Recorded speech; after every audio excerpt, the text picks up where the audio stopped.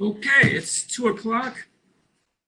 Please, if at any time you have trouble hearing me or have any problems with the visual content or anything else, go ahead, and I've got the chat window open, so go ahead and let me know that right away. I'm Matt Benzing, and I'm going to be presenting on data curation, opportunities for service. I can still never decide if it's data or data, so I may switch back and forth throughout this. Anyway, so I'm the computing and engineering librarian at Miami University of Oxford, Ohio, and I've been learning and presenting about data curation for a couple of years now. I've done a workshop similar to this at ALAO and at Internet Librarian and at the Charleston Conference, various iterations of this. This one is for STEMIC, so this is for STEM librarians and anyone else who might be interested. So for most of our history, our species, we've gathered data. Data collection predates writing. Paleolithic people store data by putting hash marks on bones or sticks. The earliest written language only dates back to 3000 BC. Some of these examples of data collection go back to 18,000 BC. So it predates language by some large margin. And the amazing thing now is with the tools we have, with the computing and processing power we have, we can do amazing things with data that we were never able to do before. When I was a kid, I was really into astronomy. At that time, we were told we'll never know if there's planets around other stars. We'll never know if there are other solar systems because our telescopes aren't powerful enough. There's no way to figure it out. Well, of course, now, because of the amounts of data we can process that we're pulling in from various types of telescopes and various types of other sensors that pull in all sorts of and everything else, we now know that there are many, many exoplanets outside of our system. And it's that data, that being able to take data and do something with it, that's made that possible for us. Now, the problem we have right now with data is we're in the early stages of this whole data revolution. And because of that, a lot of our data looks like this. The internet is one big junk drawer of data. And we're just now getting to where we have some conception of how to deal with this, how to deal with our data, how to organize it, how to make it useful, and especially how to make it useful for other people. Because we can have all sorts of great data, but if no one can find it, or no one can understand it, or no one can figure out what sort of application would use the data, that data is useless. And if it's not stored properly, that data can disappear. So those are some of the things that we're going to be concerned with here. I'm sure most of you have heard of the reproducibility crisis. Reproducibility is one of the pillars of the scientific revolution. If a test result can't be recreated, then how do we know that it's not just a fluke?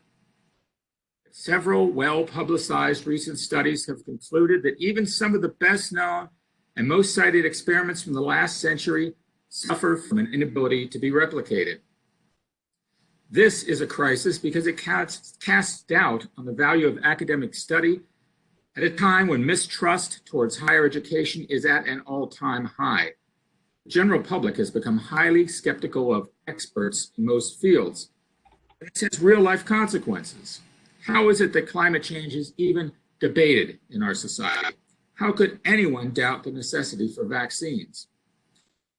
Improving reproducibility by making sure our data is clean and available and able to be used will not eradicate those problems of misinformation and anti-intellectualism, but it's a good place to start. Now, when I talk to groups about data curation and about some of the issues around data, I like to use a real-life example that many of us can identify with, especially, say, in the past decade or so when it's, I think, come to a head for a lot of us.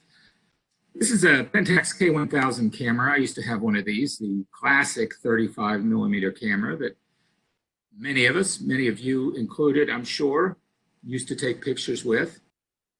But before you had a 35 millimeter camera, You might have had, if you're old enough, you might recognize one of these old point and shoot cameras, the 110 cameras, the kind of silly Kodak disc camera that was around for a while.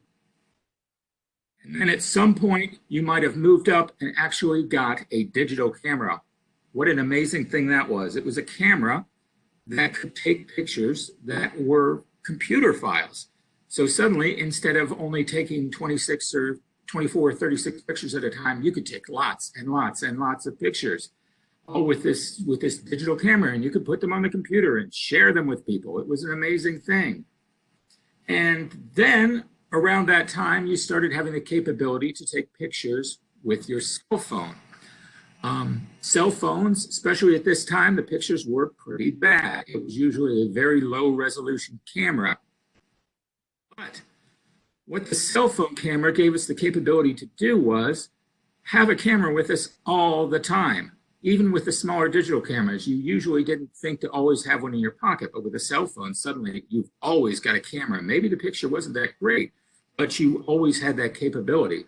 Back in these days of the early candy bar cell phones, I know I had one, and I met Katie Couric and had somebody take a picture of us together. And it's two blurry blobs. I mean, I can tell people that's who it is, but there's no way they can tell by looking. So the pictures taken with these were not that great, but you had the incredible advantage of always having it with you. And then at some point, you might have moved up to a DSLR. Now you're taking pictures that are the equivalent of a 35 millimeter camera, but they're digital.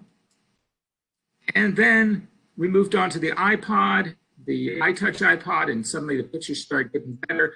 And we get to some of our contemporary cell phones, which take pictures almost as good as a DSLR. So the gap between them has gotten smaller and smaller. And the point of this is, this process of taking pictures, something we all do, has changed radically, and we have taken pictures now in a period of several decades with a number of different devices. Now, all of those devices use different kind of film. So like I said, you had the 110, and you had the disc, and you had the good old 35 millimeter. And what you used to do with that film was take it to your local photomat, and they would give you prints and negatives, sometimes slides. Now we're starting to get into some examples of what happens with data here, because there's a bit of a relationship between negatives and prints that's similar to the relationship we have between compressed and uncompressed files. In other words, the reason that the photomat used to give you your negatives was if you wanted to get more copies of a particular picture, with the negative, you could get a copy, an exact copy of that picture. If all you had was a print, you could get a pretty good copy of the picture, but not a perfect copy. So we're dealing with the equivalent of an uncompressed and compressed file at that point. Now, moving right along, we've got all these pictures now, and we've been taking pictures with all sorts of different devices. What do we do with those pictures? Well, when we had hard copies, we put them in photo albums. We put them in shoe boxes. Then when we got our first digital cameras, we would store them on our hard drives of our computers. And we got lots and lots of them, because with the digital camera, of course, you can take many, many pictures and tell yourself you're going to delete the bad ones later, but you never do. So you end up with more and more and more pictures, and maybe some of them you leave on the mini SD card that went into your camera. Maybe some of them you put on an external hard drive, some of them on a thumb drive, and eventually you might put some of them into the cloud. So at this point, we've got all these pictures we've taken with all these cameras over the years, and we are storing them in all sorts of different places. We might even scan some of the physical prints at some point, so we can put them into one of the digital containers. But we've got lots and lots of images, and they're stored in all sorts of different places.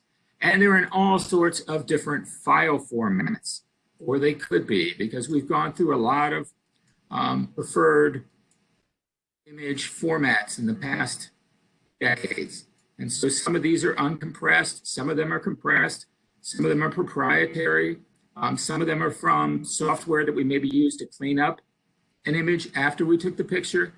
And Maybe you even have some old hexadecimal picture files from the days of Usenet, who knows?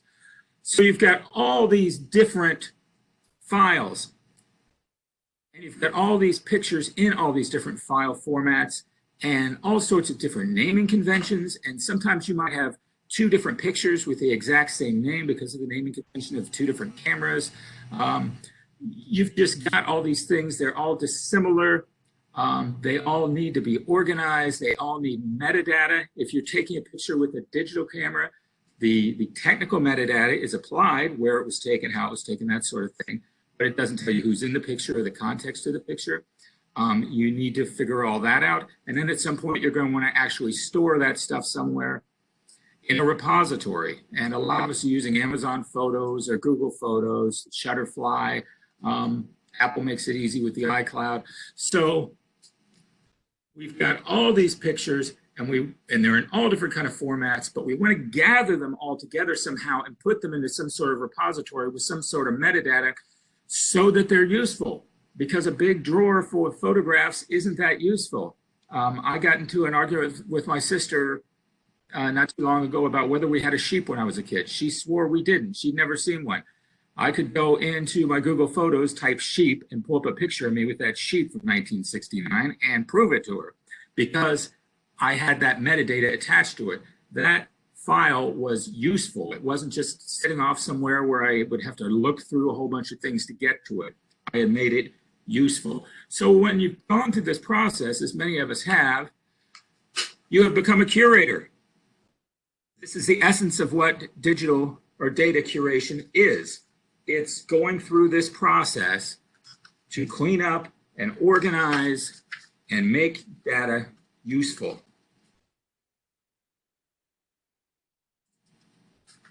So when we talk about data in our context, as academic librarians, we're talking about research data.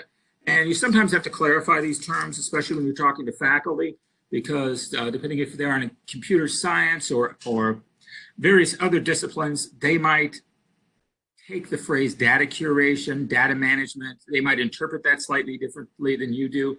But what we're primarily talking about here is research data, which can be all sorts of things. It can be observations, media files, various measurements from different kind of instruments, quantitative data, but also interviews and qualitative data, computer simulations, slides, artifacts, notebooks, written notebooks, or even like digital Jupyter notebooks. All of this stuff is research data, and that's what we're concerned with being able to keep track of and make available. So digital curation is defined by the Digital Curation Center as maintaining, preserving, and adding value to digital research data throughout its life cycle. That phrase, adding value, is really important. That's the primary thing that we're doing here, is we're adding value to this data, as I said, making it useful, and therefore giving it value. There are a number of types of research data. One way of breaking it down is observational, and these all have to do with reproducibility, some of the ways that we can think about data. Observational data cannot be reproduced in any way, may need indefinite archiving. If there are climate readings on a particular date in a particular location, that's it. That's the reading, you've got it. If that data is destroyed, it's gone forever. There's no way to reproduce it in a laboratory because it had to do with a certain set of conditions at a certain time. Computational data can bring up some interesting things. It may require the software to be able to reproduce the results, or you may just need the software so you can reproduce the results on your own. When you're dealing with code as data, that brings up a lot of interesting questions about whether or not you need to have the entire computing environment available so that if in the future someone wants to run this code, they can do it. There's various ways to do that, to encapsulate the data in the code. Is that necessary? It all depends. Experimental data, which is what a lot of us think of, I think, when we think of data. Data gained from running experiments may or may not be reproducible. If you're doing a social science experiment with a group of college students, well, you're never going to get those same college students all together at the same time. So you're never going to be able to reproduce that experiment exactly. But this kind of data a lot of times will be contained in spreadsheets. When you're doing data curation, you'll see a lot of spreadsheets. That's one of the most common forms of saving data because spreadsheets are so adaptable and you can do all sorts of things with them. So I mentioned before that we're going through a period of revolution.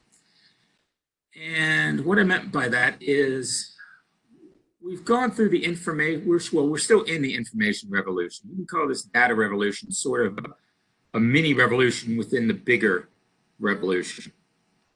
So it's having a big impact on scholarly communication and academic sharing. At one time, journal articles were the primary means of scholarly communication. And journal articles, of course, go way, way back.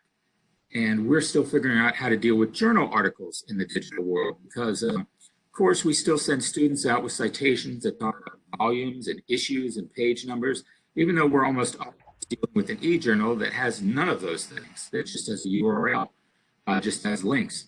But we're still dealing with those old descriptions of containers because we're still in a period of transition and we're figuring out how to do this stuff correctly.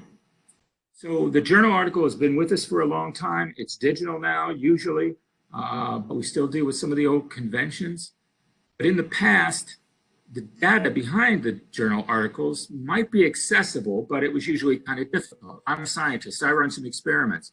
I write a journal article and submit that. It gets published. Lots of people can read that article. Maybe I've reproduced some of my data in the article. They can see that. My full data set, well, they're going to have to contact me somehow to get a hold of that. And, before the days of computers, they'd have to actually travel. But even now, we're just starting to figure out the best way to distribute this information. Journal articles contain structured metadata journals. I kind of mentioned that. But our journal articles were cited according to rigid standards, whether it's APA or whatever you're using. There's a formula to be able to cite an article so people can find it. And as far as data goes, in the old days, there wasn't a lot of standardization about data, other than if you had some IRB rules about privacy or things like that you had to follow. But you were kind of left more to your own as far as how you wanted to deal with your data. Now, a lot of things have changed. Technology makes data easily shareable. And as is always the case, technology brings with it blessings and curses. It makes things easier. It also makes things sometimes more complicated. Data now is required to be made available by publishers and grant funding bodies. If you were submitting an article to a journal, a lot of times they want all the data sets. If you're submitting to the National Science Foundation or some other big group like that, they often want the data, or at least they want to know where the data is at, how it's stored, how somebody else can get a hold of it, because this revolution sets up new kinds of collaboration.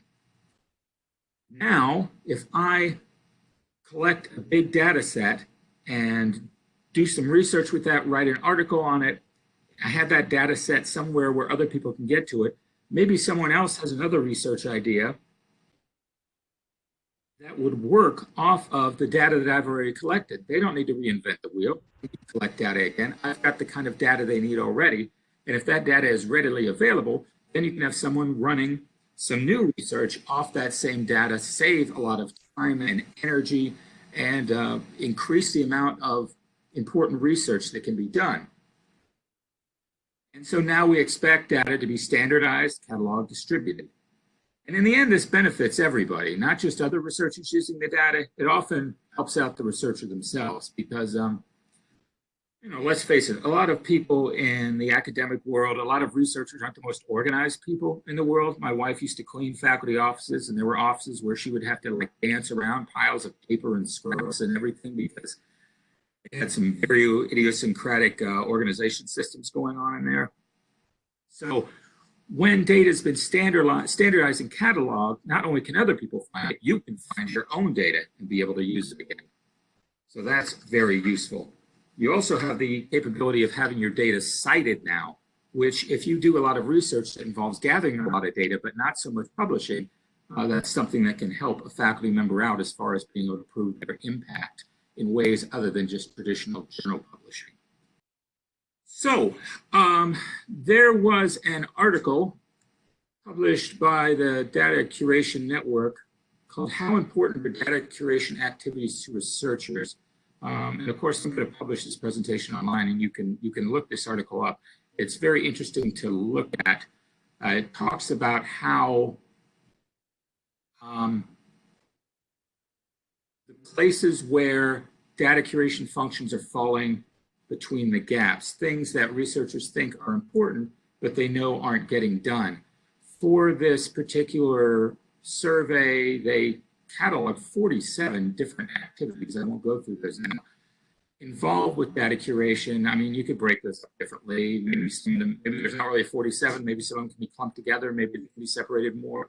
The point is that for each of those activities, the researchers were asked how satisfied they were and how those things were being done.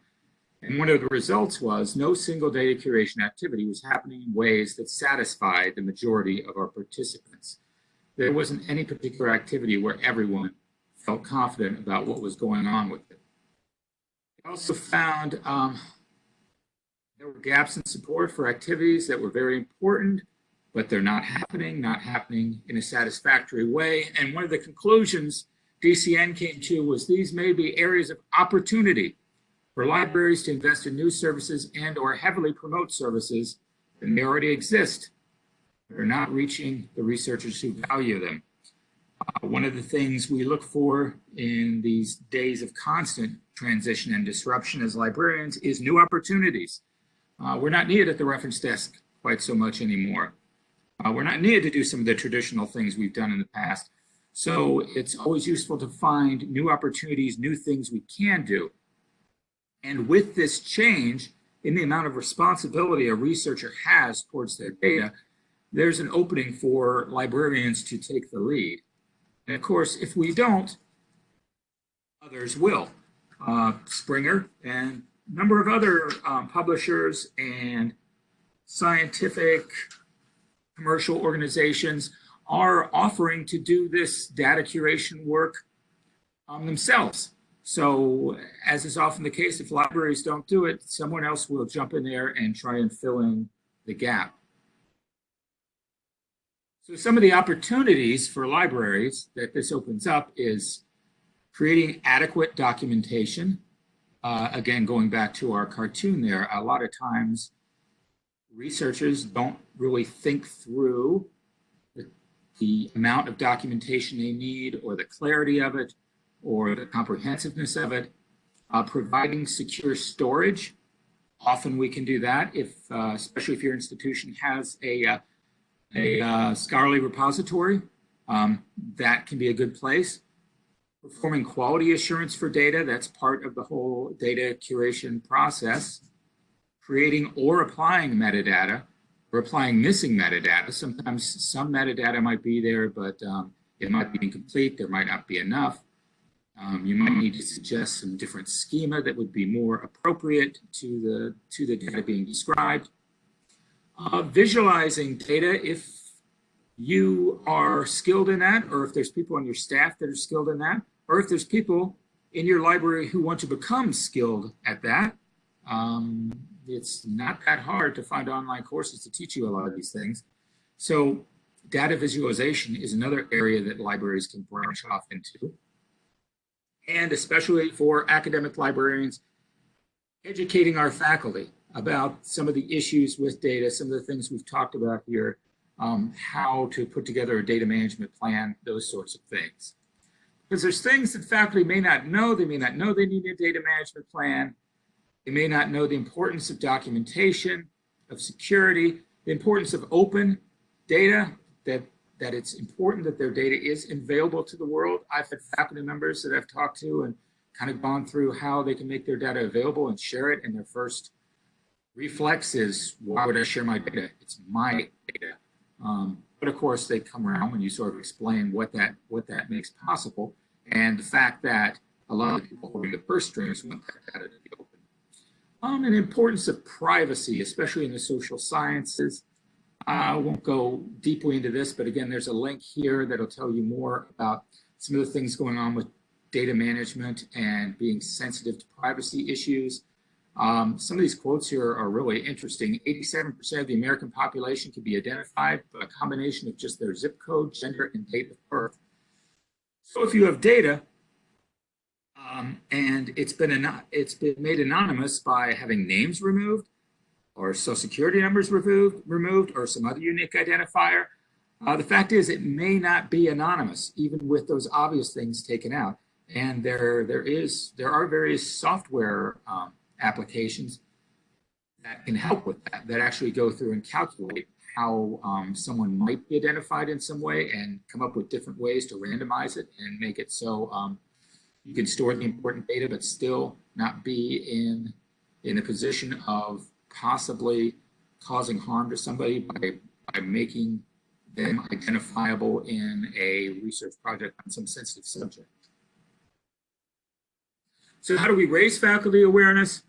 One thing I've done is a survey, and I did this partly because I wanted to see where my faculty was at, sort of what sort of education, instructional projects I might want to do, just how I wanted to take things with them. So I sent out a survey to all my faculty, and I cover computer science, electrical engineering, computer engineering, physics, statistics, mathematics, information systems, and analytics. So I sent a survey out to all those faculty members. I got like a 20% response, which is about typical rule. But I sent it out to find out what they knew. But I also had an ulterior motive in sending this out and asking all these detailed questions about their data and how they used it. I was advertising the fact that this was something that I was interested in and something that I might be able to help them with. Because a lot of the faculty don't naturally think of the library when they think of these sorts of issues. As is often the case, they might just think of us as the book and journal people and not realize that there's other things we can do for them. So sending out a survey is a way to gather information, but also a way to promote yourself. And doing that, I also try to get my foot in the door for departmental meetings. Those can be notoriously hard to get into, especially in STEM fields. As you all know, STEM librarians are we're kind of like the Maytag repairman. We're waiting around for somebody to call us, as opposed to, say, the liberal arts librarians who people are knocking down their doors. So any way you can get your foot in the door and get yourself included is great. Workshops, I'm having my first workshop for faculty next month, and we'll see how that goes, how well that's attended, and what we come out of that with. Again, based on my survey, there's a number of them that are interested in the subject. It's just always hard to schedule things around people's schedules, so it may come down to doing online presentations like this. And one-on-one. I've had faculty members schedule one-on-one meetings with me to sort of go over these issues and explain to them how this stuff works.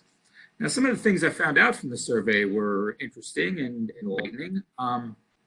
We have a repository. It's primarily used for journal articles, but we do have a data section. It's usually used for purchase data sets, just a place to park those when we purchase them for somebody's research. But there are some of our researchers have put their data in there, and more could. But out of these survey respondents, none of them had.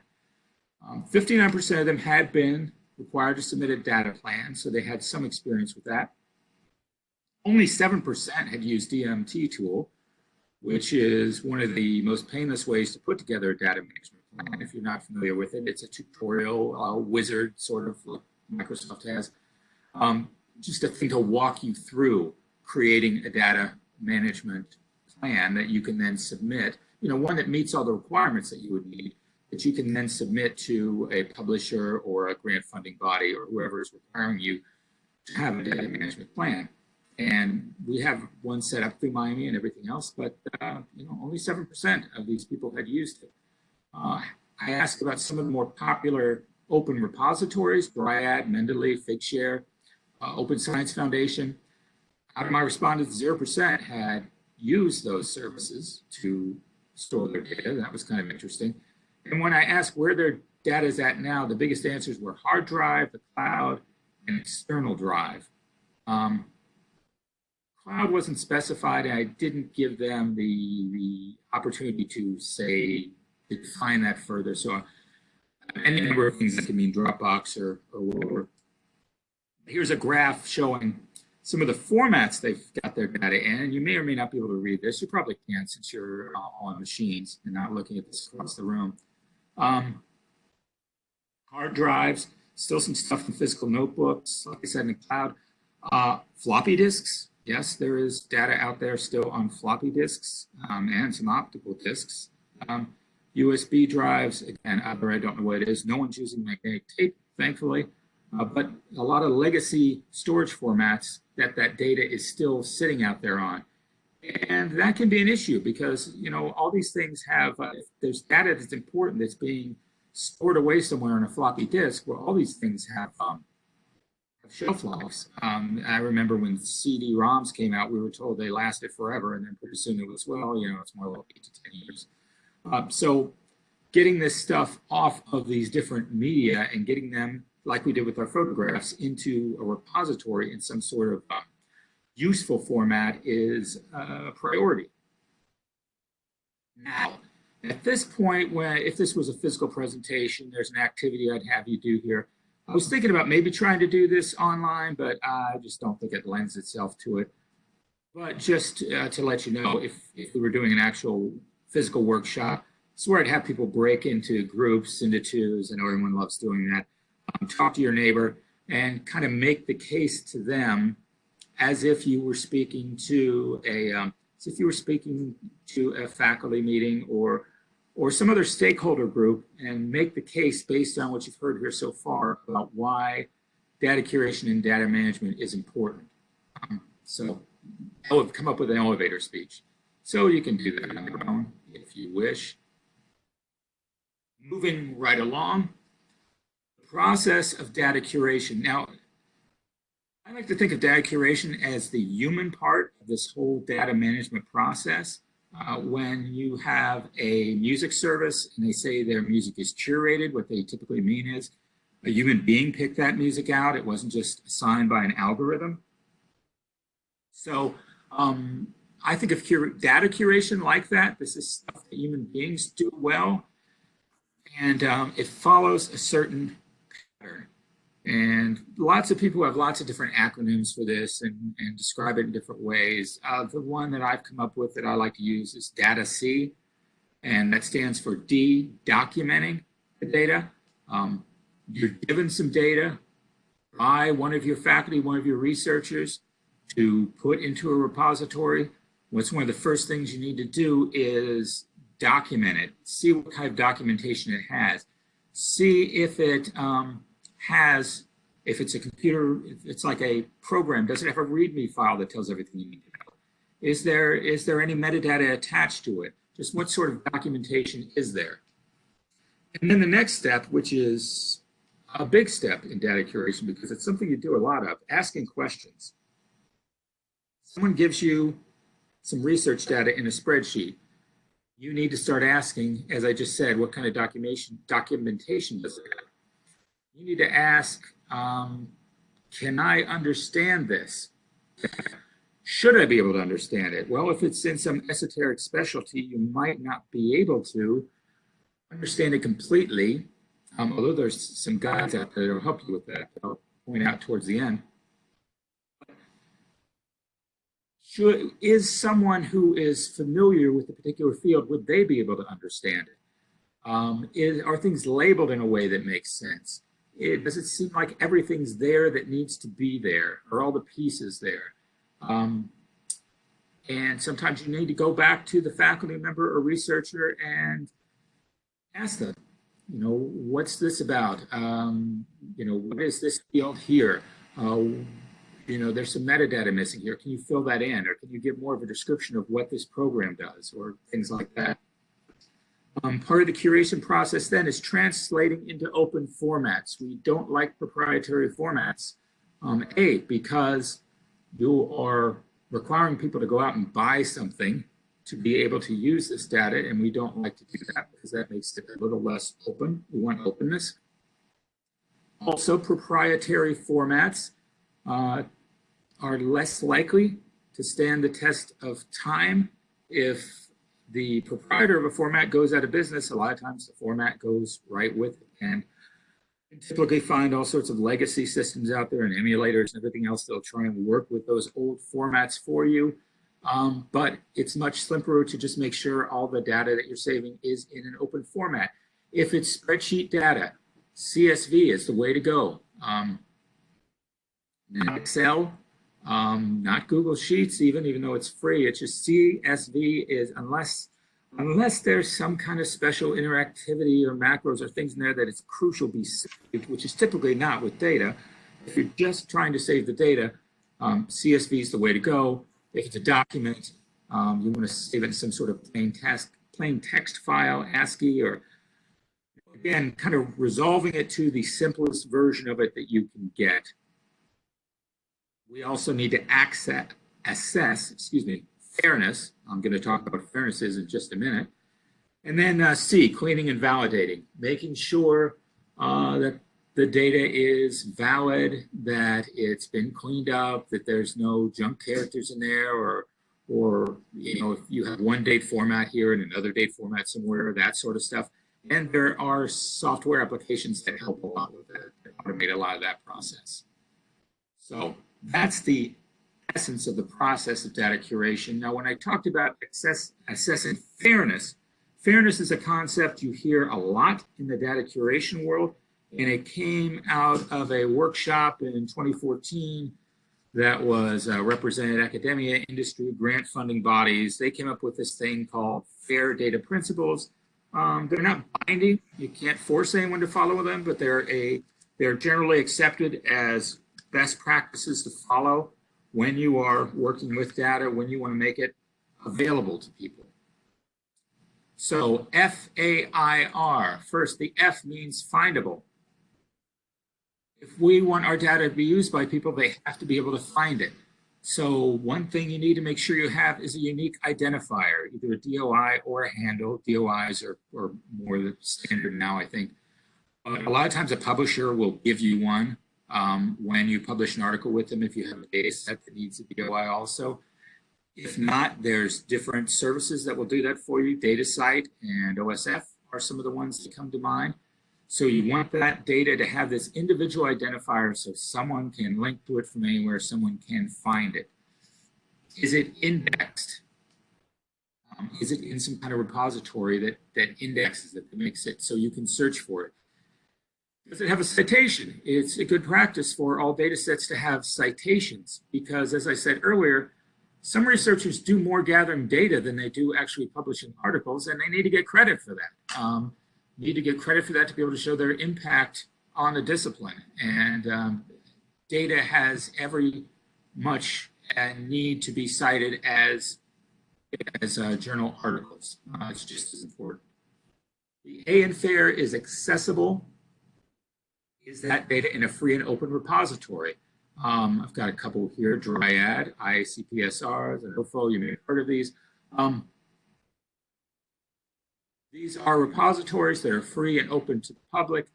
Sometimes, like with ICPSR, if there's sensitive data in there or some sort of sensitive research, that may be restricted because they do a lot of social science research data. But overall, these are databases that make this stuff available in the world. You don't need to pay to get into them to get the data. It's not locked away behind a paywall. It's free to the world. It's searchable. They're making that data available to people. And is it in a free and open format? That goes back to our step of data C, about making sure that that data is in the most open and the most preservable format possible. And there's actually a link here, and again, when I publish this online, you'll be able to follow these links.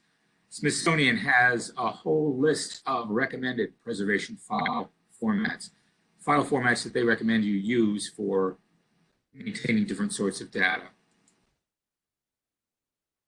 Is it interoperable? Is the metadata in a standardized format? And there's a link here to the to a directory of all the various different metadata schemas that are out there.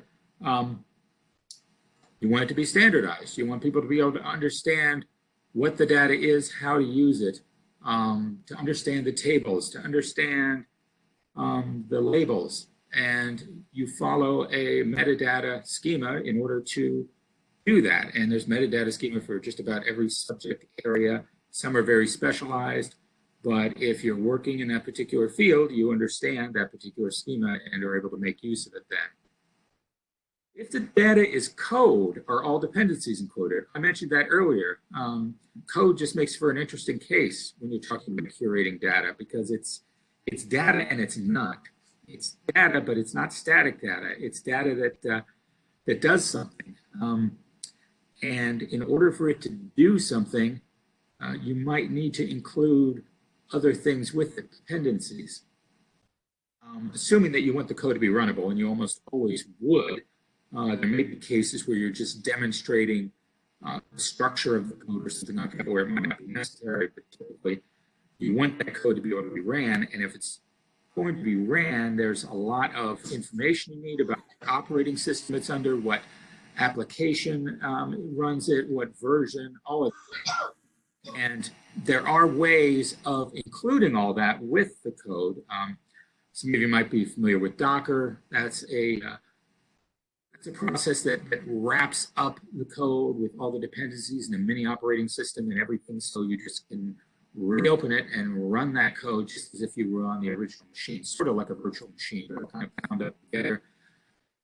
GitHub makes a lot of things available. You're probably familiar with GitHub. It's mostly about keeping different version control, but it's a method of archiving code also.